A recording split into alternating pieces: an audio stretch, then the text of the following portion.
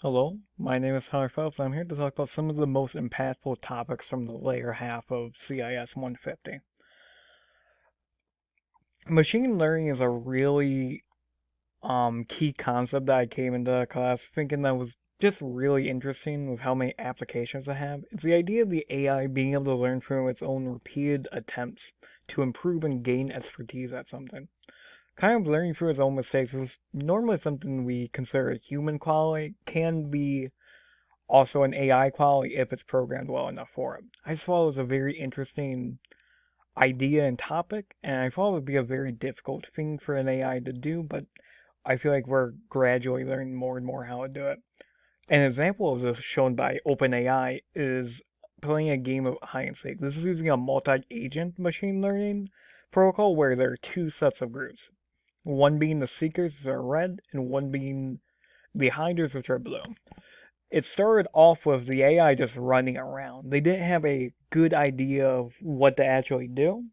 So at this stage, it's about 50-50 on who's going to win because they're just aimlessly running around.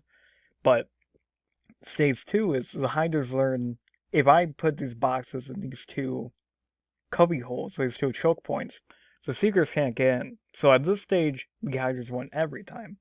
It gradually evolved where the seekers learned, hey, if I can get a ramp, I can take this ramp into this area and be able to come in here. It kept on getting to a point where hiders will always win, seekers will always win, until um to a point where the next step after this is the hiders would take this ramp and then hide in here, and then the seekers could never win. Once it got to this stage, there wasn't very much the machines could do because it's such a limited room that they expanded to a more open, randomly generated items.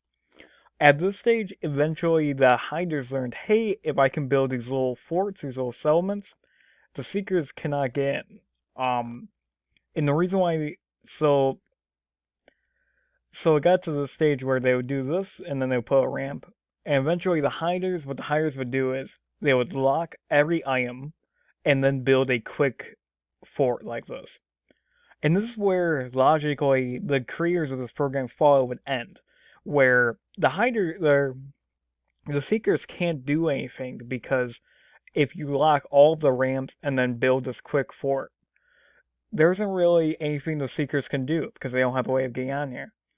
This is where I thought machine learning really took place and was really interesting as far as conceptually.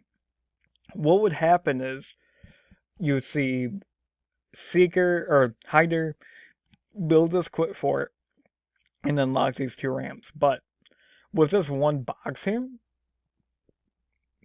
the seeker learned that if you put a box right here and then use a locked ramp to get on top of it, they could basically glide on top of this box, which is a almost like a bug that they were able to exploit, which is something that the creators of the program didn't even know you could do. This is where I thought machine learning really came into play and was just a really interesting topic in general, in my opinion. Some of my final thoughts on machine learning, I just think this was a very concrete and strong example of what the medium can do, even if the scope of the project was really small. And it just shows some of the innovation. There's still so much more machine learning can do. Is one topic I'm curious to see where it will evolve from in 10 to 20 years from now. I thought there was a lot of real world applications for what we learned in the second half of CIS 150. One of the biggest ones was a ethical or even moral conflict I personally feel like is going on in the world with the acquisition of Twitter by Elon Musk.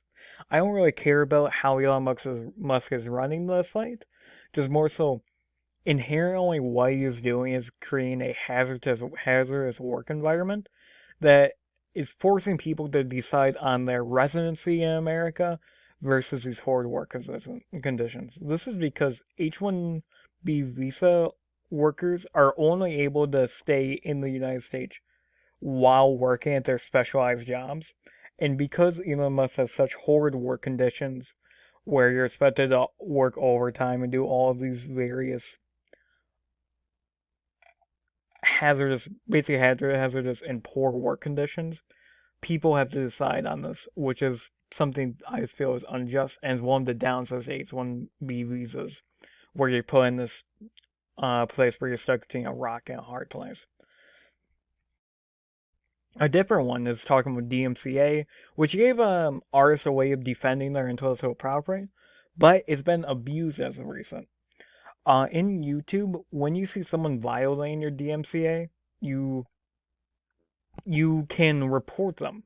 Reporting them uh, can either take the video down or make it so you gain the monetization from it. So if they made $100 from it, you would make either 50 or $100 based on how severe the infringement was. The issue of YouTube right now is it is a lot easier to take down a video than it is to get a video taken back up. This leads to abuse, and it can make it feel like if someone's pay enough or feels like they deserve some of your profit, that it can make it hard for your own intellectual property as a video maker to feel like it's really conducive to your work environment. Also, I noticed as of Ryan, there was a small typo of abusers. That's been fixed. But um, Twitch had a similar issue. In 2020, they were sued to the point where they were changed their policy on copyrighted music. Twitch sent messages telling them, "Hey, all of the copyrighted music in your VODs need to get removed." And what ended up happening is, if you didn't remove some of the VODs, you were you got part of the free strike system where you were taken off the program and potentially banned for having copyrighted material. This led to some of the biggest streamers at the time needing to remove thousands of hours of their own content from their library. VOD stands for video on demand. It's part of the way videos are saved on Twitch. Ethics on the internet. I had a lot of questions going into class, but I feel like I learned quite a bit, and I feel like the second half of the semester did better for me personally than the first half. It's just had more interesting talking points in my opinion, and I feel like this class is a lot of import, particularly when talking about the history of early legislation of early computers, as well as some of the moral decisions one has to make when you have so much power as a IT person. Concluding thoughts, it was a fun class and I was glad I'd taken part of it. There was a lot to learn, and again, I feel like the second half was more conducive to me personally. I just had a lot more topics I personally engage with. Best of luck to everyone, and I hope everyone has a good winter to all of you. These are my works cited. This has been Tyler Phelps. Goodbye.